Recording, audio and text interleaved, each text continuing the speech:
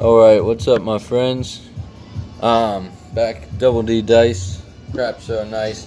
So my YouTube channel got screwed up. It was linked to my Google Plus account. I didn't even want it to be. 3 Deuce 5 and throwing the Sidewinder for you right now. And basically, so when I had it linked to my Google Plus account that I didn't even know about, I had changed my name on my Google Plus account to Double D Dice because it linked it to the YouTube account. So then it had my real name as Double D Dice, so I changed it back, and it changed. Let's get that one up top, and it changed my real name, or it changed my YouTube account to my real name. So I was like, how the fuck am I supposed to undo that? So I had to create another channel, link the channels. We got a 538. I'm stuck on the wall here. Alright. Well, I knocked it over to a 639. I was stuck on the wall. I knocked it to a 639. It was 538. But yeah, so I got it switched over. It kept all the subscribers, all the videos, which that's cool, but it deleted all my comments. So to my new subscribers, it looks like 4 Deuce 6. It looks like I don't answer anybody, which couldn't be further from the truth. Like I said, I answer right away. And if I don't answer right away, I answer pretty fast. So I don't want you guys to think that I won't answer. And it also sucks because I had a lot of... I'm actually going to put the 3s on top. I had a lot of people that would ask questions about how I throw it, or like where I land or whatever. And if you could just check in the comment section and get all the info that I may have missed saying in the videos. 639. So now people are gonna have to ask again, which is cool. I'll answer it. It just sucks that it deleted it, because you could go in the comments and see what I said, and without having to answer or ask me and then wait for my answer, you could just check it out.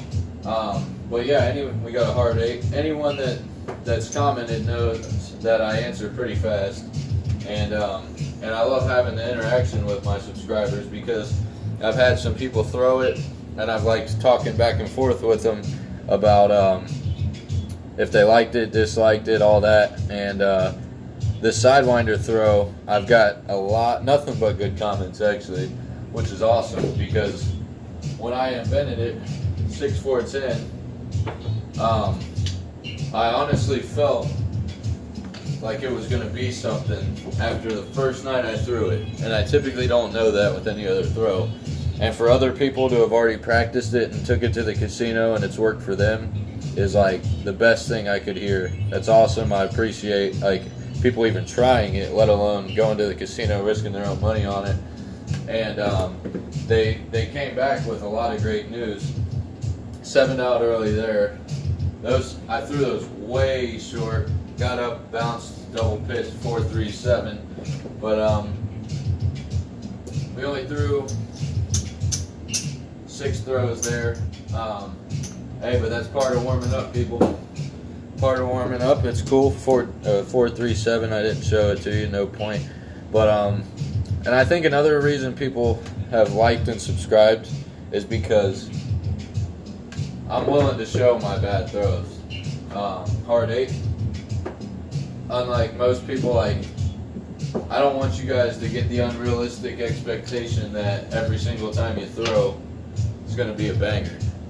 What you want is to throw well more often than not, and to improve when you're on a good roll and you're getting the zone. Oh, Jesus. When you're on a good roll and you're in the zone, 4-1-5, you start getting your higher number, like you start getting your high side even higher. So when, oh, that's 4 Deuce 6. Sorry, I thought it was 4-1-5. But yeah, it's about getting your SOR higher, 1, and then when you get in the zone, staying in the zone longer. Mentally training yourself to keep that focus. And that's just part of the game, you know what I mean? You're not going to get a good throw every time. you could be Steph Curry and you're still gonna miss 8 out of 100 free throws. You could be the best golfer in the world, you're still gonna shank one in the water. So I think a lot of people get these unrealistic expectations. What's my number? 8. So I'm gonna go. I'll keep this 6 up there. So people get these unrealistic expectations that every roll you throw, hard 4, that was a bad throw, it's going to be good because you only see dice control videos or dice influencing videos with long rolls. And any of these dice influencers, other than maybe Bone Thrower and Dangerous Arm, because those dudes are just beasts, and even them, I'm sure they still have their bad throws, but their bad throws are better than our bad throws. But I mean, everyone's going to have bad throws. It's part of the game. 5-3-8, that's our point. 5-3-8, point. And what it is trying to get the edge. If people think about it this way, if you get your average rolls just to 8, which on my good throws, like most of the throws I throw often at the casino, my average is anywhere from like 10 to 16 depending on what throw I use. But it wasn't always like that. We got a 4.15, and I'm still improving. You know what I mean? But yeah, if you can get your just average rolls to 8, you already have the edge. The house edge in craps is so low. So what, 1.4% if you just bet the pass line and true odds, I believe. It's already so low that the average roll is 6.5. If you get it up just a roll and a half, you know what I mean? You would now have the edge. But yeah, I'm not afraid to post 415 Cadillac point, Cadillac Jack. But yeah, I'm not afraid to post these lower rolls because I know it's going to happen. Like, I don't want it to happen, but I'm not going to step up and roll 20 throws every single time I throw. You know what I mean? That's just not realistic for 99.9% of people. And I'm also warming up. So to expect, you got a 4 deuce 6. To expect me to just come out and on my first couple throws just bang a 30 throw isn't going to happen more often than not. First off. Second off, that's why you always, if you have a practice rig or a table, throw before you go to the casino. And that's why it's great to have multiple throws, because you don't know what's going to be working for you that night. You know what I mean? We got a hard 6, another Cadillac, that's a repeater, and a hard way. So I'm going to stack them. And that's 3 points covered. But yeah, you don't know what's going to... Oh, wow. I hope the camera reflected that. Every time I hit this fucking hard ways up here, not every time, but a lot of times it flips. I hope the camera caught it flipping, because it did flip it to a 4-3. But, yeah, just to expect you to come in every single roll, just bang number after number and throw 20 times without even warming up is bullshit. And that's why you want to warm up. That's why you want to have multiple throws. We got a Yo 11, frontline winner. Because sometimes even your best throw is not going to work for you that night.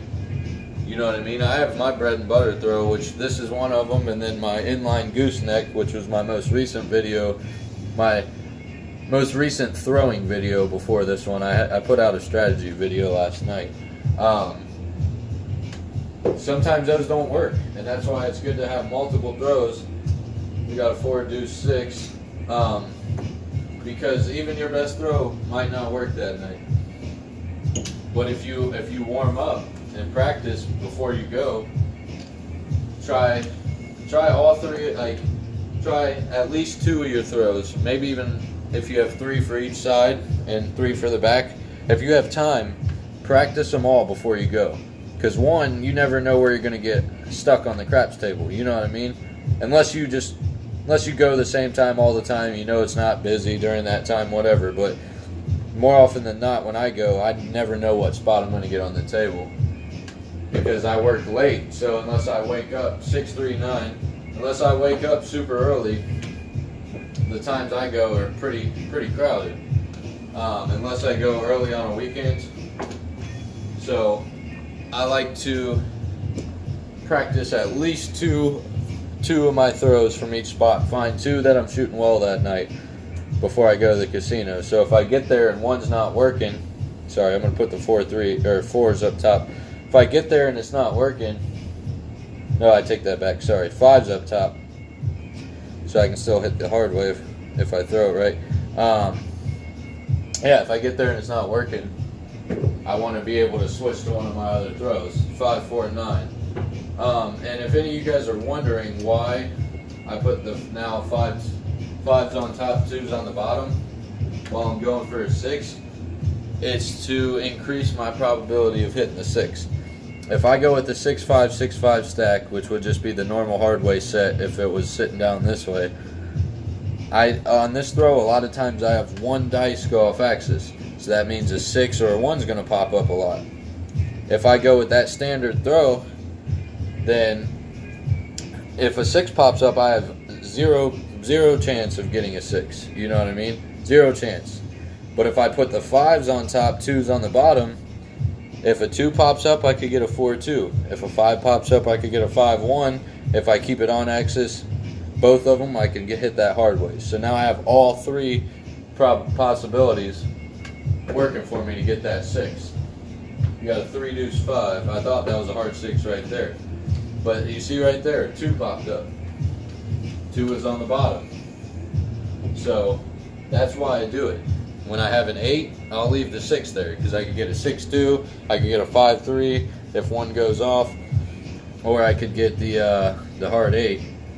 Or I could even put the 5-2 down there again because I could get a 5-3, 6-2, or a hard 8. You know what I mean? So, and when I have a 10, I leave it like this because if that 6 pops up, cool, I get a 6-4, or I could hit the hard 5 or the hard 10. So that's why it's great to know your dice.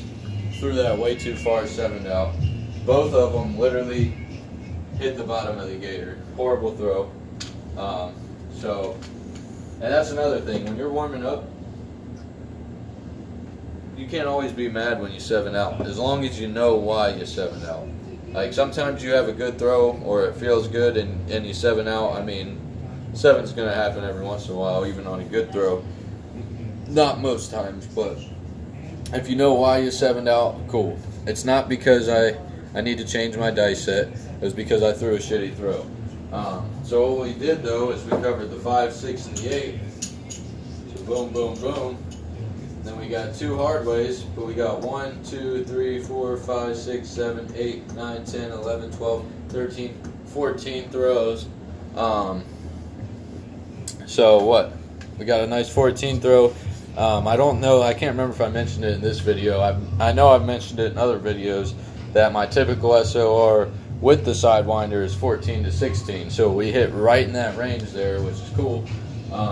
I know we didn't last throw. We had a shitty throw last throw, but that's part of the game. So yeah, I mean, we're gonna roll with that. That's gonna be our video. One, because I really have to pee super bad. I don't know if you see me bouncing around. I can't even stand still. And 2, because I got a nice 2 throws in, a little 13-minute video. Really, I just wanted to make a video to address my channel being all fucked up, and if anyone saw my name change and wonder who the hell they were following earlier because it changed my real name, and to tell you guys my comments. Unfortunately, it said it didn't transfer them over. I haven't even looked. As soon as I got my account fixed, I just started shooting. I didn't want to waste any more time. So, yeah, I appreciate all the new subscribers. Hit me up if you have any questions, comments, concerns. I will get back to you pretty fast. If my notifications are still working, I should get back to you within 2-3 hours. If they're not working, I'll always get back to you by the end of whatever day you hit me up. So yeah, appreciate you guys following. Little 14 throw for you there. The other throw not so great, but hey, I'm in warm-up mode. 1 out of 2 throws was good. The other one I hit, what, 2 hard ways, so we still would have got paid a little of our money back. But yeah, just don't expect every single throw to be 14 to 16 or whatever. You're going to have your bad throws, especially if you're warming up. That's why you warm up. 1, to start locking in where you want to land it. 2, to see if your main throw is working for you that night or whatever, if you need to go to another throw, any of that. So yeah, appreciate you guys. I'm about to piss my pants, so I'm going to head out and say hello to my little friends.